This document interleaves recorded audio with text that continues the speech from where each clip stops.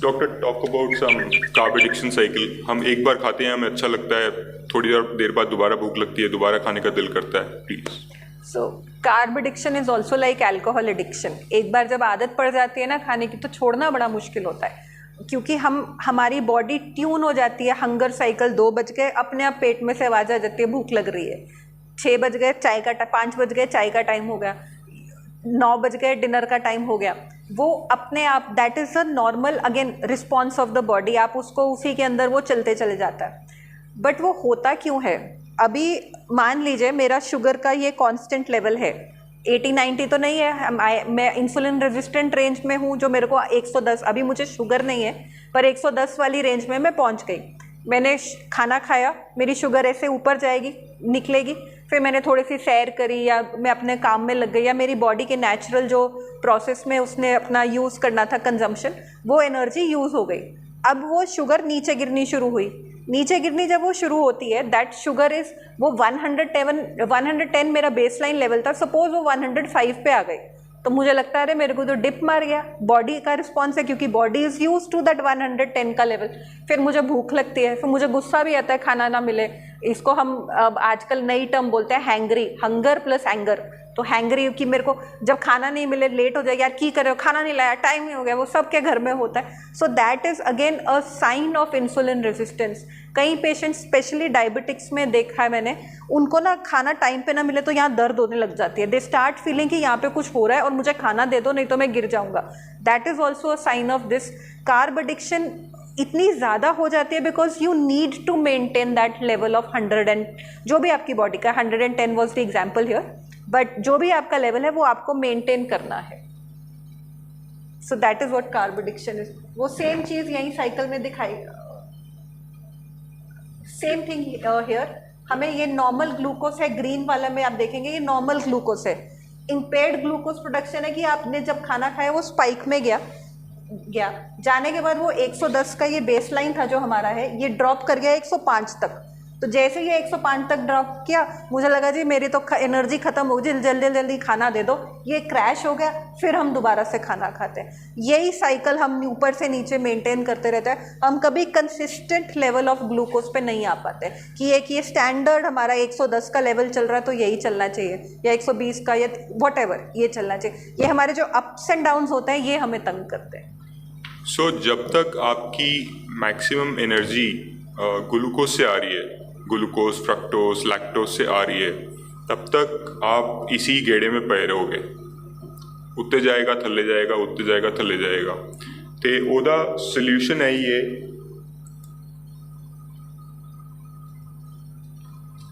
This is the solution. ये अगर आप देखोगे जो येलो में आ रहा है, ये जैसे हमने डिस्कस किया, ग्लूकोज से एनर्जी निकली, जितनी जल्दी निकलेगी उतनी जल्दी जाएगी। सेकेंड इज प्रोटीन, ऑरेंज वाला, थोड़ा स्लो रिलीज होती है, थोड़ी देर तक सस्टेन करती है और रहती है। और ये फैट वाला इज द लास्ट।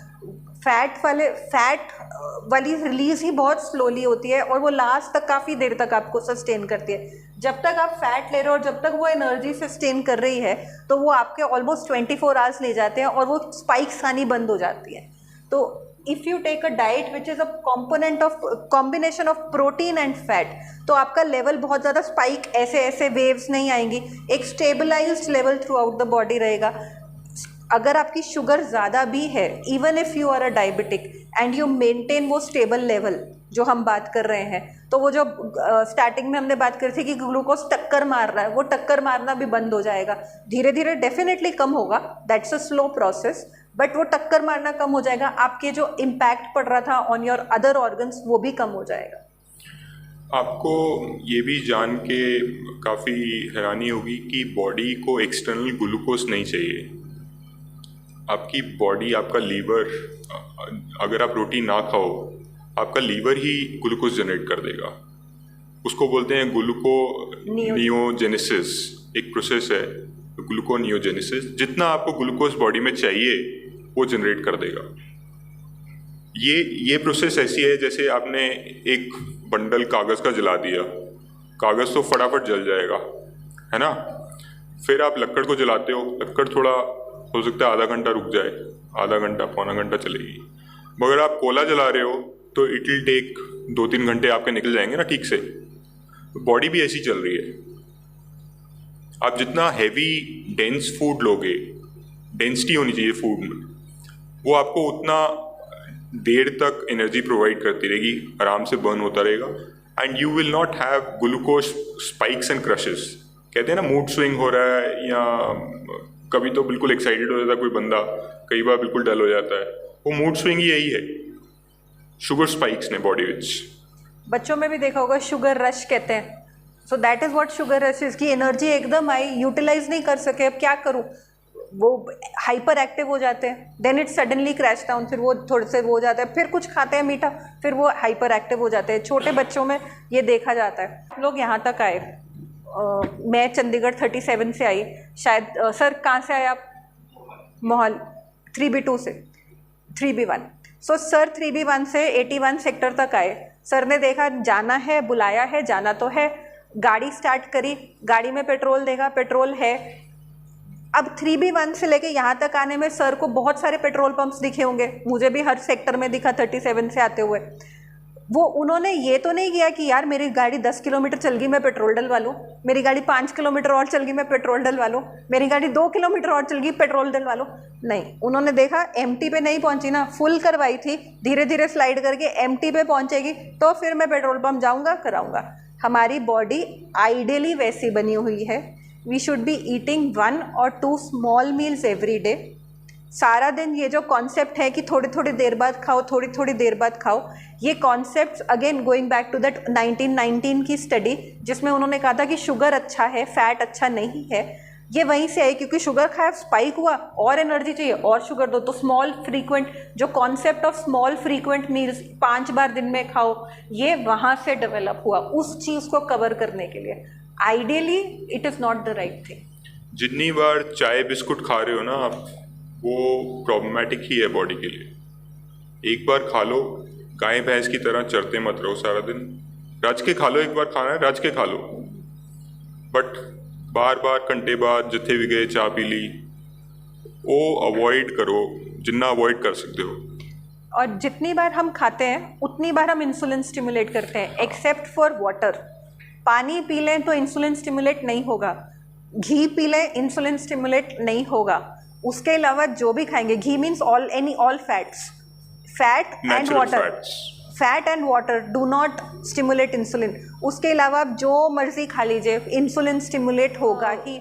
मेरी दादी मेरी हमेशा ये कहती थी, चरा ना करो, एक बार बह के चंगी तरह बह के जितना खाना खा लो, रज के खा लो, चर्या ना करो। वो उसका आंसर वो है, go back to your childhood times. जो आपकी ग्रैंड मदर कहती थी वो बिल्कुल सही है। हमारे देश की बात करती हूँ, बड़े सिंपल सा हमें सवाल, एक एडवाइस दिया जाता था, सूर्य उदय के बाद खाओ और सूर्यास्त से पहले खाओ। ये एडवाइस से अब सब अग्रीड है ना। अगर आज की डेट में जो इंटरमिटेंट फास्टिंग, इतना अंग्रेजी नाम दे दिया इंटरमिटेंट फास्टिंग, वो क्या है कि भैया सूर्यास्त के बाद नहीं खाओ, अगले दिन सवेरे जाके खाना 12।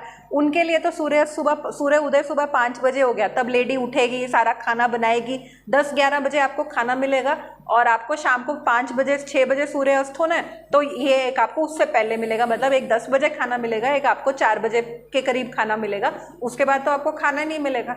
आज भी आप 10 बजे खाओ और 4 बजे खाओ, मैं गारंटी लिख के देती हूँ, कोई बीमारी आपको छू नहीं सकती। That is what intermittent fasting is. Sir जो हमारे पुराने बुजुर्ग कहते थे वो बिल्कुल सही कहते थे, उनको ये टर्मिनोलॉजीज और फैंसी नई चीज़ें पता थी। उन्होंने, जैसे आपने बोला, चीज़ों को कॉम्प्लिकेट करना नहीं आता था। हम ज़्यादा पढ़े लिखे हो गए, हमें लगा नहीं चीज़ें कॉम्प्लिकेटेड होनी चाहिए, बट चीज़ें सिंपल होनी चाहिए। प्रॉब्लम वो नहीं है सर, प्रॉब्लम टिकियाँ शिकियाँ नहीं है। मैं ऑनेस्टली बताती हूँ, मैं I had a very nice conversation with Jagdeep. I told him, मैंने कहा जब मैंने स्टार्ट किया था ना, तो मैं भी आपके विद लाइक हिम कि ये नहीं करना, I was also like that with my patients, ये नहीं करना। एंड ऐसी क्वेश्चन आए, अरे मैडम ऐसी थोड़ी बात बनेगी। सो समवेयर वो मिडल पाथ आपको डेवलप करना पड़ेगा खुद की बॉडी के हिसाब से। That has to be done. Number 1, टिक्कियाँ खाने के लिए रोज़ नहीं खानी है, ठीक है, वो हफ्ते में 1 बार होती है। डेजर्ट रोज़ नहीं होता है। अंकल जी कितनी बार मिठाई बनती होती थी, अभी तो आजकल अवेलेबिलिटी का, basically these are diseases of abundance. कितनी बार घर में खीर बनती थी आपके बचपन में, जब आप मेरे बेटे की उम्र में थे। देयर वर ओकेजन सर, जब कि अब ये आ गया, ये फेस्टिवल है, ये ऐसे ओकेजनली वो चीजें बनाई जाती थी। Middle path is the right path always. ਭਾਜੀ ਤੁਸੀਂ ਤੇ ਇੰਨੀ ਐਕਸਰਸਾਈਜ਼ ਕਰਦੇ ਹੋ, ਤੁਸੀਂ ਤਾਂ ਕੁਝ ਵੀ ਖਾ ਲਓ। नहीं, उसका भी सर, उसका भी जवाब है बड़ा मजेदार। एक पेशेंट आया, कहना जी डायबिटिक पेशेंट, हफ्ते में एक बार गुलाब जामुन खा लो। मैंने भी हाँ जी कर दिया। अच्छा, कभी कभी रसगुल्ला भी खा लो। मैंने भी हाँ जी कर दिया। कभी कभी मैडम जलेबी भी दिल कर देता है, शादी पे होते हैं, मैंने भी हाँ जी कर दिया। महीने बाद आया, उसकी वाइफ हंसी जा रही है, कहना जी एक गुलाब जामुन खाया पूरा महीने। वाइफ हंसी जा रही है, शुगर का टेबल बिल्कुल अलग है। कहती गुलाब जामुन तो एक को ही खाया, रसगुल्ला भी खाया, एक बार खाया महीने में, एक बार जलेबी के। कहते 30 दिन के 30 दिन अलग अलग मिठाई खाई है, मिठाई रोज रोज खाइए। अब ये भी मिडल पाथ हो गया सर, ये वाला ना लियो। And she was laughing, she was saying खाइए रोज की एक मिठाई है, पर डिफरेंट खाइए, 30 दिन कोई मिठाई रिपीट नहीं हुई है। और वो डिजायर नहीं है, वो आपका शुगर साइकिल ही चल रहा है। वो आपका शुगर अंदरों बॉडी डिमांड कर दी है ना, वो ऐसे करके हो रहा है कि हार्मोनल इम्बैलेंस चल रहा है। वो डिजायर नहीं है, ਤੁਹਾਡਾ ਦਿਲ ਨਹੀਂ ਕਰ ਰਿਹਾ, ਬਟ ਅੰਦਰੋਂ ਹੋ ਰਿਹਾ ਕਿ ਯਾਰ ਮੈਨੂੰ ਖਾਣਾ ਹੈ, ਕ੍ਰੇਵਿੰਗ ਹੈ ਨਾ। ਤਾਂ ਹੀ ਤੁਸੀਂ ਬਾਜ਼ਾਰ ਜਾ ਕੇ, craving is a symptom of insulin resistance. हाँ, craving is a symptom of insulin resistance, yes. Crave anything you crave, anything. That is all. That is a short sign of pre-diabetes. That is a short sign कि हर एक में चाहे इन्ना जा मिठा दे दो madam, इन्ना जा गुड़ खान दो, दिल करता है। I am speaking personal experience which I come across daily in my OPD. Madam इतना सा again balance has to be, एक बैलेंस होना चाहिए। अब आप घी पीने लग जाओ कि मेरे को तो मैडम ने कह दिया, ठीक है, बट जो आप कह रहे हो कि कार्बोहाइड्रेट मैं कम खा रहा हूँ, मैं हम रोटी खाने वाले लोग हैं, पर मैंने कार्बोहाइड्रेट कम कर दिए। आपने कार्बोहाइड्रेट जब कम कर दिए, वो डिपेंड करता है आपकी बॉडी में स्टोर्ड फैट कितना है। अगर आप पेट्रोल का टैंकर अपनी गाड़ी के पीछे लेके चल रहे हो, पर अब पेट्रोल पंप पे नहीं भरा हुआ, पर टैंकर से तो वो जब आ रहे हैं। अगर आप बहुत ओबीज हो तो आपके पास बहुत सारा फैट है। There is a study in an obese, एक नॉर्मल बहुत मोटा इंसान ने, एक नॉर्मल इंसान, let us say on the BMI of 25 would be a lady weighing around 70 kilos. She can go without food for 44 days. Without eating anything 44 days तक तो शरीर तंग नहीं करेगा, दिमाग करेगा। एक बॉडी टाइप कहते हैं ਜਿਹਨੂੰ ਕਹਿੰਦੇ toffee, TOFI, thin outside fat inside. मतलब ਜਿਹੜਾ ਤੁਸੀਂ ਸਭ ਤੋਂ ਪਤਲਾ ਬੰਦਾ ਵੀ ਦੇਖ ਰਹੇ ਹੋ ਨਾ, ਹੋ ਸਕਦਾ ਹੈ ਉਹਦੇ ਅੰਦਰ ਆਰਗਨਸ ਤੇ ਫੈਟ ਜਮਿਆ ਹੋਏ, ਹਾਰਟ ਤੇ, ਲੀਵਰ ਤੇ, ਜਿਹਨੂੰ ਜਦੋਂ ਅਸੀਂ ਬੱਕਰਾ ਕੱਟਦੇ ਹਾਂ ਉਹਨੂੰ ਮਾਰਬਲਿੰਗ ਕਹਿੰਦੇ ਆ ਨਾ, ਮਾਰਬਲਿੰਗ ਅੰਦਰ ਫੈਟ ਹੁੰਦਾ ਹੈ, ਤੇ ਅੰਦਰ ਕਾਫੀ ਫੈਟ ਐਕਿਊਮੂਲੇਟਿਡ ਹੈ ਆਲਰੇਡੀ। ਤੇ even if you don't eat and if you don't get into this cycle of carb recycling, your body can burn the fat for a long period and let it burn. अच्छा है वो चीज़ कि अंदर fat नहीं होना चाहिए। जो depositions गलत जगह पे हो रही हैं वो नहीं। To give a short and a sweet answer, butter is good, ghee is good, all the refined oils, जो oil, heart oil, healthy oil, all are bad, they should be thrown out. Olive oil is good, mustard oil is good, coconut oil is good. So I can show you documented evidence of some of my patients जो कहते हैं कि हम refined oil बिल्कुल नहीं खाते हैं। Simple उनको एक इंस्ट्रक्शन होती है, रिफाइंड ऑयल घर से फेंक दो, कोकोनट ऑयल हम नॉर्थ इंडियंस का टेस्ट नहीं बनता तो मस्टर्ड ऑयल सरो वो सब ले लेते हैं। घी सबको बोल दो, हाँ घी परांठा लगा के खा लो, एवरीबडी इज़ वेरी हैप्पी। ये दो चीज़ बोल दो, वो पेशेंट की लिपिड प्रोफाइल ख़राब होती ही नहीं है, जितना मर्जी आप मेरे से डेटा ले लो। हाँ, मस्टर्ड ऑयल ले लो, बेस्ट है। कच्ची घानी जिहड़ा पिंड तो आंदा है वो ले लो, that is the best one. जो बाजार में मिलता है उसको मत लो, बाजार वाला अगेन रिफाइंड है, बाजार वाला मत लो। और स्पेशली एक मिनट, स्पेशली ਜਿਹੜੀ ਬਾਜ਼ਾਰ ਵਿੱਚ ਚੀਜ਼ਾਂ ਤਲ ਕੇ ਦਿੱਤੀਆਂ ਜਾ ਰਹੀਆਂ ਤੁਹਾਨੂੰ, ਸਮੋਸੇ, ਪਕੌੜੇ, ब्रेड पकौड़े, वो oil is palm oil and already rancid, that has become toxic.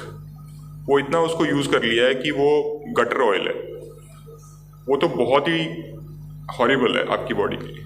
तद ही ਅਸੀਂ कह रहे हैं कि बाहरों ना खाओ, बाहरों खाओगे तो इट इज़ प्रॉब्लमेटिक। ਤੁਸੀਂ जो भी खाना है घर बना लो, घर खा लो, that is the first principle. So this is what we were talking about, BMI वगैरह वाला। These are two doctors, एक यूरोपियन डॉक्टर है, एक साउथ एशियन इंडियन डॉक्टर है।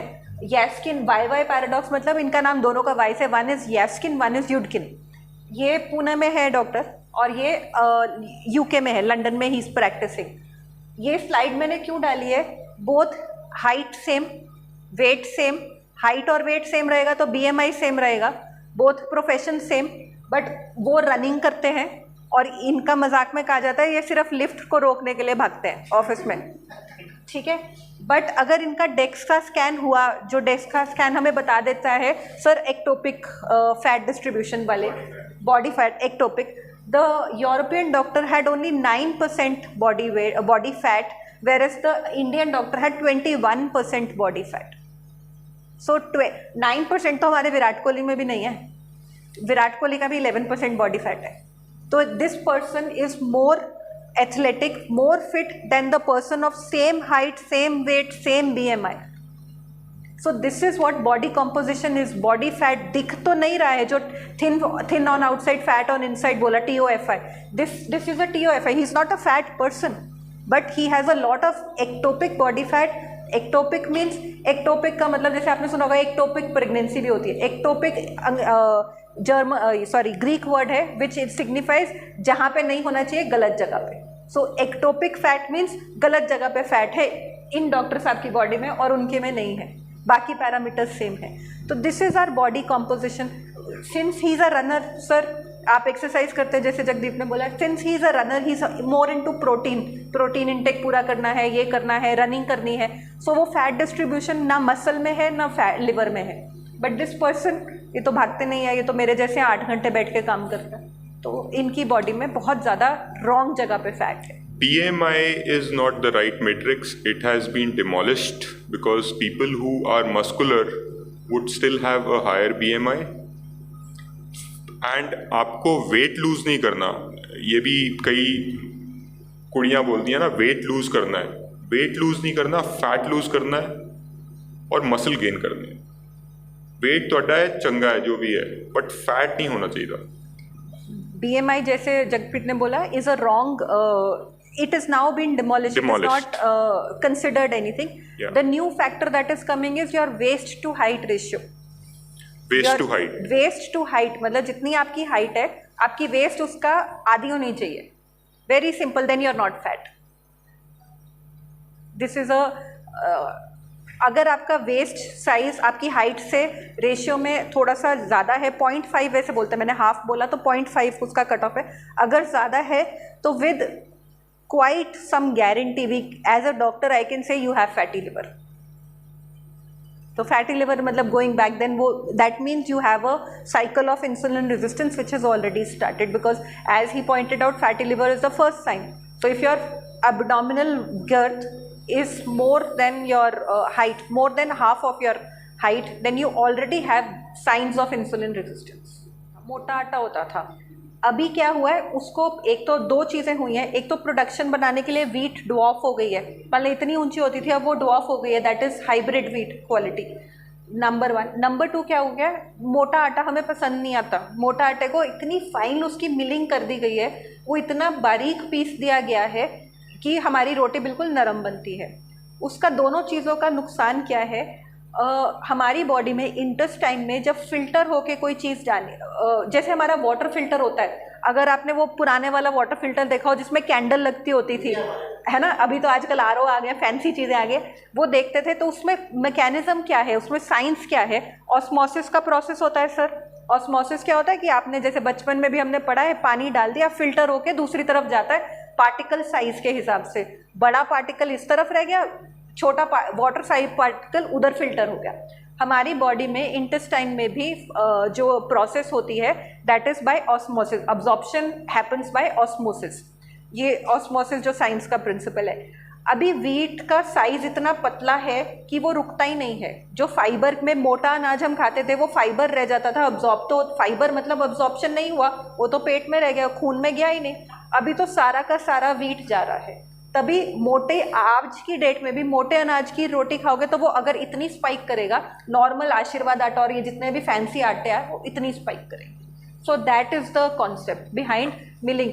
अभी लोगों ने बोलना शुरू किया मिलेट खा लो, बट मिलेट में भी अगर पतली आटे वाली खाओगे तो वो भी गलत है। मिलेट खानी है मतलब वो वीट मत खाओ, दलिया खाओ, कोई प्रॉब्लम नहीं आएगी। मिलेट खानी है तो वो पर्ल मिलेट जो आती है, जो अपने नेचुरल साइज में है, उसको खाओ, कोई प्रॉब्लम नहीं है, क्योंकि उसमें सब कुछ है, उसमें फाइबर है, उसमें न्यूट्रिएंट्स हैं। जब उसको इतनी बुरी तरह से बारीकी से पीस दी गया है, वो तो सारा कुछ ही आपके ब्लड शुगर में ही जा रहा है।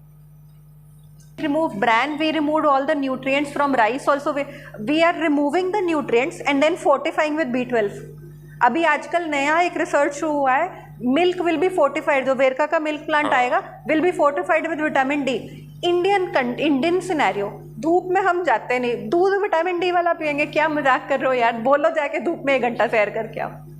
So these are things which are happening now. This is government of India data. Milk they are planning to fortify with vitamin D. Natural चीज़ हमको लेनी नहीं, हम सब एसी में बैठते हैं, अपना कमरे वो करते हैं, बट विटामिन डी डेफिशिएंसी सबको है। Another very funny story I will tell you. I was working in Fortis, तो this is way back in 2013 और 14। विटामिन डी डेफिशिएंसी इंडिया में आनी तब पकड़नी शुरू हुई थी, तो उन्होंने कहा जी सारे डॉक्टर्स का विटामिन डी चेक करेंगे। कर दिया, हो गया, सैंपल ले लिया। एक सिक्योरिटी गार्ड कहना मैडम मेरा भी करा दो, उसने भी सैंपल दे दिया। 2013-14, all doctors of Fortis vitamin D deficient. That poor security guard had normal levels. And this is a lie. मतलब मेरे सामने हम लोग लैब्स में हमने देखा है, वो सिक्योरिटी गार्ड जो धूप में खड़ा है उसका लेवल नॉर्मल है, और हम लोग जो एसी में काम कर रहे हैं सब डेफिशिएंट। अभी चाइल्डहुड ओबेसिटी बहुत बढ़ रही है। बच्चे देखोगे, हमें लगता है खाते पीते खानदान के, बट वो खाते पीते खानदान की वो बीमारी चाइल्डहुड ओबेसिटी इज राइज। हाँ एग्जैक्टली, बट साडा ਵੱਡਾ ਪੁਆਇੰਟ ਹੁਣ ਇਹ ਕਿ ਅਸੀਂ ਕਾਰਬਸ ਤੇ ਜ਼ਿਆਦਾ ਜ਼ੋਰ ਨਹੀਂ ਦੇਣਾ ਚਾਹੁੰਦੇ। ਅਸੀਂ ਚਾਹੁੰਦੇ ਹਾਂ ਕਿ ਪ੍ਰੋਟੀਨ ਫੈਟ ਜਿਹੜਾ ਨੈਚੁਰਲ ਫਾਰਮੈਟ ਵਿੱਚ ਆ ਰਿਹਾ ਹੈ ਉਹ ਖਾਓ, ਕਿਉਂਕਿ ਮੈਂ ਜਿੰਨੇ ਵੀ ਆਪਣੇ ਫਰੈਂਡਸ ਨਾਲ ਗੱਲ ਕਰਦਾ, ਸਾਡੀ ਕੰਜ਼ੰਪਸ਼ਨ ਜਿਹੜੀ ਹੈ ਨੋਰਮਲ ਆਦਮੀ ਦੀ ਹਾਰਡਲੀ 15-20 ਗ੍ਰਾਮ ਦੀ ਕੰਜ਼ੰਪਸ਼ਨ ਹੈ ਪ੍ਰੋਟੀਨਸ ਦੀ ਪਰ ਡੇ, whereas required WHO is almost 80 grams or 90 grams per day. अगर तुसी growth stage ਵਿੱਚ ਹੋ, body ਵੱਧ ਰਹੀ ਹੈ, ਤੇ it will be like 150 grams, 140 grams. So we are not adequately eating proteins in our households, especially in vegetarian households. We are not at all eating proteins. साडा बहुत जोर है कार्ब्स खा लो, इसको ये कर लो, वो कर लो, ऐसा कर लो। बेसिकली हम पेट रोटी खा के भर रहे हैं। हाँ, हम सब लोग ये कहते हैं पूरे दिन में क्या खाया जी। मेरे पास सारे पेशेंट हैं, डॉक्टर साहब पूरे दिन सवेरे दो ब्रेड, सूखी ब्रेड, घी भी नहीं, मतलब मैं एम टॉकिंग घी कुछ भी नहीं, सूखी ब्रेड दे देंगे जी, दोपहर को 2 सूखी रोटी, तो रात को 2 सूखी रोटी। पॉइंट इज वो सूखी रोटी नहीं खानी है। पॉइंट इज पहले एक अच्छा सैलेड लो, fill yourself with the salad. Second, have a large portion of your dal sabzi protein, in terms of dal sabzi also have protein. I am a vegetarian myself, so dal sabzi also have protein. Your dal sabzi पहले तो वो खा लो कि ये मेरा pre meal is one big bowl of salad followed by 1 katori of दाल और chicken और वॉट एवर। उसके बाद अब देखो रोटी कितनी खानी है, कितनी भूख लग रही है। आधी की है आधी खाओ, एक की है एक खाओ, 2 की है 2 खाओ। आई कैन गारंटी 1 से ज़्यादा नहीं खा पाएंगे, स्पेशली मोटे आटे की होगी तो वो बिल्कुल भी नहीं खा पाएंगे। So you initially suddenly you don't have to start कि आज से रोटी बंद। स्टेप्स वो जैसे सर ने बोला, चीज़ों को सिंप्लीफाई करो, eat the right things first, उसके बाद वो अब्जॉर्ब नहीं होगा। पहला लखा करोड़ा जिन्ने और बटोर लो, फिर चिल्लड़ ले लेना। डॉक्टर एक क्वेश्चन आता है कि रेड मीट खाएं या वाइट मीट खाएं, उसमें कुछ डिफरेंस है? अगेन रेड मीट और वाइट मीट में फ़र्क सिर्फ इतना आता है कंटेंट ऑफ फैट, ठीक है। बट प्रॉब्लम इज हम we are not living in America जिन्होंने ग्रिल कर करके चिकन खाना है, हमने बटर चिकन खाना है। तो बटर मटन मत खाइए, बटर चिकन खा लीजिए, no problem, because butter is good. So it is the way of cooking, how you know. अभी both are okay, no problem. The only thing is अगर red meat खा रहे हैं तो उसमें ऑयल थोड़ा सा, मटन बना रहे हैं तो थोड़ा ऑयल थोड़ा सा कम कर दीजिए। नॉर्मल चिकन बना रहे हैं तो प्रॉपरली उसको बना दीजिए। In Indian scenario doesn't make a difference, but if you are having grilled, totally grilled and parboiled and all those things, steamed kind of thing, then red meat is better. But if you अगर तड़के मसाले डाल रहे हो तो फिर दोनों are equal. Mutton को फिर भी थोड़ा रिस्ट्रिक्टेड करें क्योंकि हमारे मसालों में तड़कों में बहुत ज़्यादा चल जाता है, तो both are fine in the Indian scenario, specifically in the Punjab scenario. ਤੇ ਮੀਟ ਖਾਣ ਨਾਲ ਜਿਹੜਾ ਕੁਐਸਚਨ ਹੁੰਦਾ ਕਿ ਕਿਡਨੀ ਤੇ ਇਫੈਕਟ ਆਉਂਦਾ ਹੈ, ਉਹ ਕੀ ਸੀਨ ਹੈ? नॉर्मल जिनको किडनी फंक्शन नॉर्मल है, कोई बीमारी नहीं है, उसके किडनी पे कोई असर नहीं। हमारी किडनी मेटाबोलाइज कर सकती है until unless you are eating in too much excess of everything is bad। But अगर आप एक नॉर्मल ले रहे हो, नॉर्मल मीन्स आप 150 ग्राम के करीब चिकन एवरी डे भी ले रहे हो, it will not harm. 150 gram chicken और 2 अंडे आप रोज भी ले रहे हो, it will not harm if your kidneys base line function is all. Ideally जो डेटा कहता है, medical data will say yellow मत खाइए, बट ये जो रिसर्च हम लोग सब कर रहे हैं, इट सपोर्ट्स येलो पार्ट में there are very good nutrients. choline is one, vitamin B12 is another, lot of things। तो yellow part will not harm। if your lipid profile अगर नॉर्मल है तो आप 4 से 6 अंडे विद येलो पार्ट रोज खा सकते हैं। लिपिड प्रोफाइल डी रेंज है, गड़बड़ ऑलरेडी हो चुकी है, हमको गड़बड़ को बढ़ाना नहीं है, थोड़ा सेटल डाउन करना है, तो आई टेल माई पेशेंट्स 2 अंडे खाओ yellow with the yellow part, third की जरूरत है तो वाइट खा लो। ਪਹਿਲਾਂ ਆਪਣਾ ਲਿਪਿਡ ਕਰਾ ਲਓ, ਫਿਰ ਇਹ ਡਿਸੀਜਨ ਬਾਅਦ ਦਾ ਹੈ। ਬਟ ਅਸੀਂ ਖਾ ਲੈਂਦੇ ਆ, ਅਸੀਂ ਸਾਡੇ ਵਾਸਤੇ that is the best multivitamin capsule yellow part. so far so good। तो 4 eggs with yellow part daily खा लीजिए, कुछ नहीं होगा। ਇੱਕ ਕੁਐਸਚਨ ਇਹ ਵੀ ਆਂਦਾ ਹੈ ਕਿ ਯੂਰਿਕ ਐਸਿਡ ਵੱਧਦਾ ਹੈ ਖਾ ਕੇ ਤੇ ਗਾਊਟ ਵੀ ਹੋ ਜਾਂਦਾ ਹੈ, ਇਹਦਾ ਕੀ ਚੱਕਰ ਹੈ?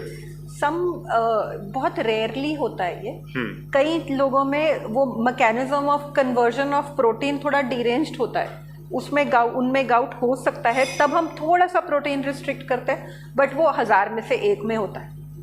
It is not very common. Everybody will having high protein will not have gout. High protein जब हम लेते हैं, which is again processed protein, जो 5000 रुपये का डब्बा खरीद के खाते हैं, उससे गाउट हो जाएगा। डाइटरी प्रोटीन से 5000 वाला डिब्बा, dietary protein does not harm if your baseline function is normal. 5000 protein which you are eating, protein powders, protein powder, yes। because अभी प्रोटीन के बाद कोलेजन स्टार्ट हो गया है। Collagen is animal product, but जो आप ले रहे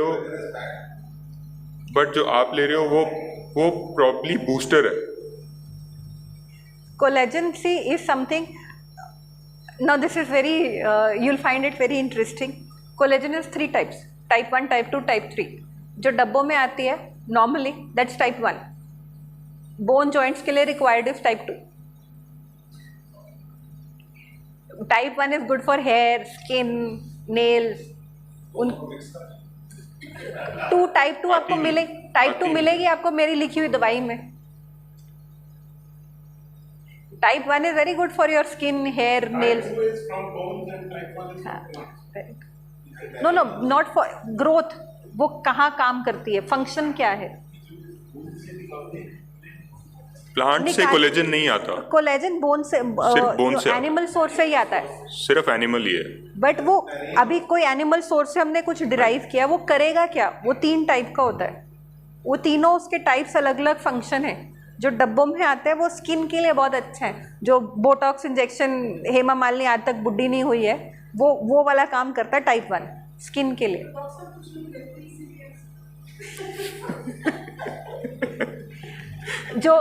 जो लोग उसके लिए लेते हैं, आई विल मेरीन जेड़ा होंदा ना, वो एक इंसेक्ट होंदा है, that is also non vegetarian. वो एक इंसेक्ट दी ब्रीडिंग करते हैं specially. Don't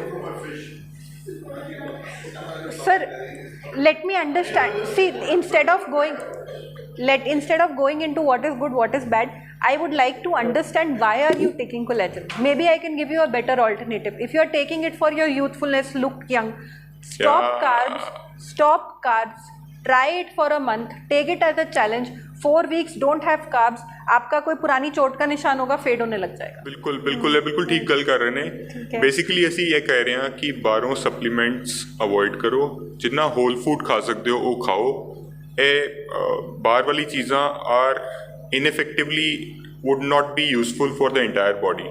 It may give you some short-term boost, but not good for In long the long term, it is Yeah. not.